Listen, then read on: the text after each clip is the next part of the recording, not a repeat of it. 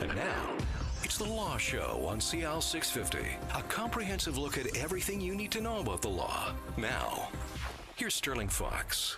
Good morning and welcome to The Law Show here on CIL 650. We are delighted to welcome back to the program Joe Murphy and Angela Price-Stevens, lawyers both with Murphy Battista, LLP, a personal injury law firm since the early 80s in downtown Vancouver. Joe Murphy and Angela Price-Stevens, hello, welcome back. Good morning, Sterling. Good morning. It's nice to have you with us. Joe, you're the partner in the firm. Tell us a little bit about Murphy Battista in business. I'm trying to remember, since 1982, correct? Yes, Sterling. Joe Battista and I set up the firm in January 1982. That time is memorable because the interest rates were 19%. Ouch. Businesses were closing, not opening, and we decided to set up a firm. We went to a bigger law firm that had a couple of spare offices, and we rented those spare offices. We rented 2 secretarial bays, so our firm was 2 lawyers, 2 secretaries. We had a part-time bookkeeper, and that was it. And we've grown since then into a firm of 15 lawyers. We have a support staff of about 50 people, and we have a floor in one of the towers in downtown Vancouver. So quite a change over the years. Right. Well, quite a success story, too. And that floor, by the way, friends, is at 650 West Georgia Street in Vancouver. That's the Scotia Tower. Yes, it is. Okay. Yes, it is. And we've been there since 1982. Oh, okay. Just moved around the building a little bit. Well, we didn't move around the building. We went from 2 offices and 2 secretarial bays to now the entire floor in that same location. Interesting stuff. So just the firm has organically grown over those decades, and it is what it is now. Now, Angela, you've been with Murphy Battista since about 8 years, correct? Yep, I've been there 8 years now. And you were, I love this story, because it happens to a lot of people, and I'm sure since you came here, since you moved here, you've encountered more than a few people whose story began like yours. Well, I came to Vancouver as a visitor on a holiday. I was a tourist. I absolutely fell in love with the place. Now, your story differs only to the extent that you went back home and made a grand plan to come back to Vancouver. Other people will go, and I just never left. That's right. I had the furniture sent out and got an apartment, and that was that. Well, I can promise you, the thought actually went through my head. I will clean up that thought, but it was generally along the lines of, to hell with this, I'm staying. And if my husband, and I was 3 years married at that point, if my husband wants me, he'll come to me. But the reality was that I had already invested a number of years in my business education, my legal education, and I was still partially way through being called or admitted in the UK. So as a lawyer, so if I had in fact decided to hell with it, I'm staying, things would have been very different, because I wouldn't even have been, I wasn't even a lawyer in the UK at that time. Right. You would have missed that all-important step. Well, that's right. So I needed to go back, and I recognized that reluctantly, but I recognized that. And I went back, and in the UK, you have to you have to train solidly for 2 years. There's no time off for good behavior or going to college. It's a solid 2 years. And I actually fell in with the senior partner in the firm, and we got on so well. We worked hard, we celebrated our successes, and life just went in a different direction. I had my 2 children, who are now 15 and 16. I had them in quick succession, bang, bang. I wasn't going to say bang, bang, bang, but there was never a third. But it was, once I started, that was it. I wanted to get my family completed and back to work, because that was really, it's just been a passion. I was enjoying it so much. Right. Is the practice of law here in the colonies, in British Columbia, very different from practicing in the UK? I do believe you're taking the mickey out of my accent. You know what? My children do that. It's so frustrating. Anyway, is the practice of law somewhat different? Yes, it is. It's there are. I mean, the British system seems older and more archaic, with funny names for what lawyers do and stuff. But well, it is older and more established. True. Yes, it's archaic around the edges, no doubt about that. It's, there are obviously fundamental similarities. And in fact, one of the frustrating things that I had to go through in relicensing was that I had to go back to, and do my NCA exams, which is basically you go through a series of exams to say, okay, now we accept that you have the equivalent of a Canadian law degree, not just an English degree. One of the frustrating things was that 70%, 75%, if not more, of the case law I was reading was actually House of Lords and other English decisions. Okay. But here was I, 10 years or 12 years after having done it the first time around, I'm now refreshing myself, shall we say, to go through these exams to be accepted in Canada. There's many similarities. There are, however, major differences, and I love those major differences, and I would actually not go back now. I would not go back to practice as a lawyer. Interesting. In the You UK. just like the way you've come around to the way Canadian law is practiced? Yes, I don't see it quite as black and white as I think most Canadians would who've never practiced there. I think there are certainly benefits to how the two branches of law have been set or remain separated in the UK. There are benefits, but generally speaking, I would be so frustrated by that now, having had the experience over the last 8 years or so, having melded those two distinct arms together as to one here. I just wouldn't go back and practice that. Interesting. Joe Murphy, just following up on what Angela was saying about the way they do things differently in Britain versus Canada. The Canadian system, though, this is the law show, and I know we're going to talk about insurance of all types, but this is the law show, so answer me a law question, Professor Murphy, if you would.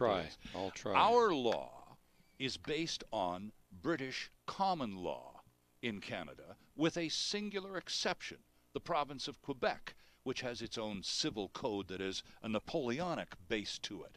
How do we, that's probably a remarkable difference between us and the UK, and Angela's nodding quite vigorously, but we have these two systems that run parallel in Canada. It must be dodgy at times trying to get something done in Quebec for a person from BC where they have, like it would seem, a different law system. Is it that different, Joe?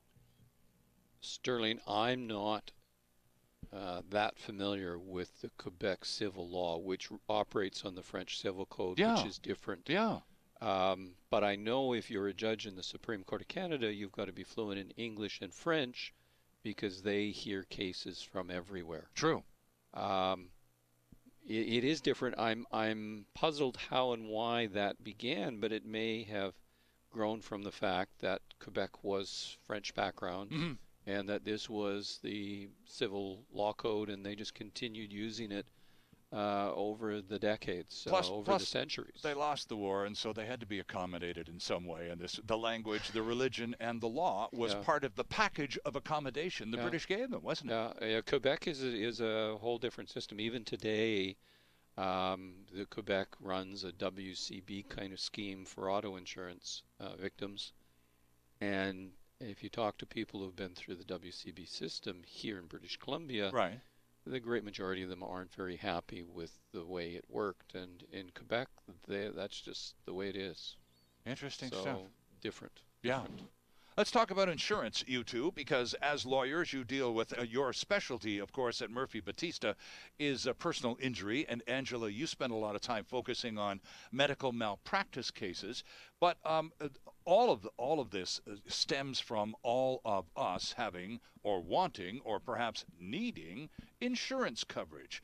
Joe, is the most likely type of insurance the average Canadian would be carrying life insurance? I would think so, but if I'm a 10-year-old child, I don't need life insurance. And if I'm a 60-year-old person, I don't need life insurance. But if I'm the breadwinner in a family with children and dependents, then I do need life insurance. Why would you not if you're a 60-year-old person? This is a program, this is a station that broadcasts to boomers. There's a few 60-year-olds going, what? Wait a second, that lawyer just said I don't need insurance anymore. Explain, please. You don't need insurance in the sense that you don't need a policy that if you die is going to provide money to your estate or your family. Okay. Because presumably there isn't the need for that. Kids are all grown up, all that sort of thing. If there is the ongoing need for that, then insurance is a good way to deal with it. Okay. But oftentimes by the age of 60, people have developed assets. They have money in the bank, and the cost of insurance is high because the risk of you dying is higher. Right. But as I say, the 10-year-old child doesn't need it. The 60, 65-year-old person doesn't need it. But the young family with kids and with maybe a spouse not working at all or part-time, definitely needs life insurance, because if the main breadwinner is killed, or even if the stay-at-home mom is killed, there's a huge need this family has that can only be dealt with by having available funds. And these two lawyers that are talking to me this morning, friends, are personal injury lawyers who deal with the consequences of severe accidents and serious medical issues. And so they're speaking. This is the voice of a lot of experience when we talk about this. When we're talking life insurance, Joe, and I know that you're not an insurance agent or broker, but all of us carry it. Now, here at work, the company offers life insurance, so you don't even have to go out and chase it down. You just tick a box on the form when you sign up, and bingo, you're covered, usually to the amount of your annual wage or perhaps double that, some sort of basic formula. So is that sufficient coverage, or should an individual beyond their work, whatever workplace offerings are, go out and seek independent additional insurance? Sterling, there's a time in a person's life where you need insurance, and that's when your family's growing up and your kids are going to school. People have jobs through their group plan, they have insurance, but what if that job ends, and what if the policy ends? What do? You can't leave yourself in a position where because of some medical problems you can't buy insurance. Right. So I think people are better off to have more insurance than they need. I think they're better off to have personal policies as opposed to a group plan, because it's not affected by a job ending or a company closing. Mm-hmm. So group insurance is great, but I think you should have more insurance, because the group insurance may not be something you can control. Absolutely. Angela, when I was younger, the whole matter of having an insurance policy, Joe was saying 10-year-olds don't need insurance. That it never occurs to a 10-year-old. There aren't a lot of 20-year-olds, I would venture to say, out there that are the whole matter of, gosh, maybe I need an insurance policy. It just doesn't apply to the invincible young people. But in my life, things changed when my daughter was born. Our first child was born, and all of a sudden I was a dad, and I was responsible, and all these people are actually depending, literally for the first time in my life, on me, so I'd better take some appropriate measures here, and that's when I got my first insurance policy. I was in my early 30s. And yeah, I think you're spot on there, Sterling. It's usually the life-changing event of becoming a parent that, people grow up. I was going to say men grow up, but maybe not. A whole I'm not other. offended. I'm not offended when she says that. There's a whole other show. I'm not offended. No, seriously. It's for most of us, it's the first child that makes you sit up and think, wow, this is a whole new chapter in my life. Mm-hmm. I have to take certain things seriously. What happens if something happens to me? How am I going to look after my family? Right. And so, I think that's usually the key. So, Joe, when someone tries to sell you insurance, there are a lot of options out there. And if you're a young person, and when I was in my early 30s and doing this for the first time, I sat down with a professional, a couple of people that I knew, hockey teammates, a couple of them, and they went through all of the options. And there's life and whole life, and there's the kind you can invest in, and then there's term insurance and this and that and the other thing. It got really complicated really quickly for me, so I opted for the simplest route. I went for a term insurance plan that didn't involve any accumulation, so at the end of the term, it was over, and I had nothing. But I had been covered for 15 years or whatever. Is that the most common form of insurance, Joe, that people take out?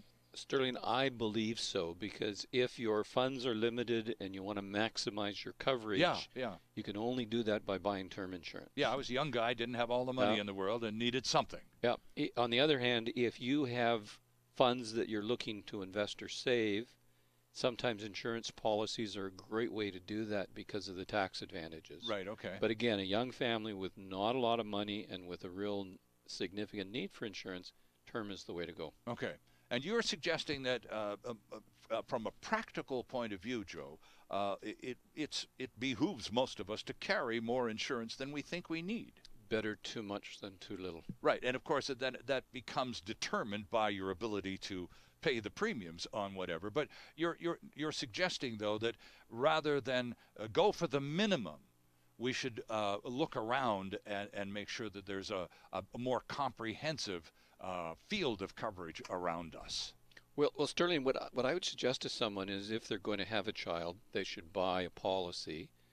And if they have another child, they should look at buying a second policy. And if they have a third child, they should buy a third policy. Mm-hmm. Because with your family growing, the need for money, if you're killed, goes up. Right. So having these different policies is a way in which you can control it, and you've got flexibility then. Back in the day, when I was quite little, my parents did that for my brother and me. They took out a small life insurance policy on each of us boys. And it was for a couple of $1,000, and it was in the 1950s. And they just put those away. And then when I was in my 50s, my mom surprised me with that insurance policy they had taken out on me as a little boy, which all of a sudden had this cash value that was a lovely 55th birthday present. Thanks very much, Mom. So that's also a kind of a byproduct, Joe, that certainly I think in the early days parents don't even think about. Well, it can be a great savings vehicle. There's no doubt about it. And the rate of return on money invested in an insurance policy isn't terribly impressive, but the growth over years and decades can be substantial. So yeah, if you're looking for a way to save money, insurance policies are usually a good way to do that. Sure, and of course they're providing insurance in the process. Usually, though, the amount of insurance is much reduced. Right.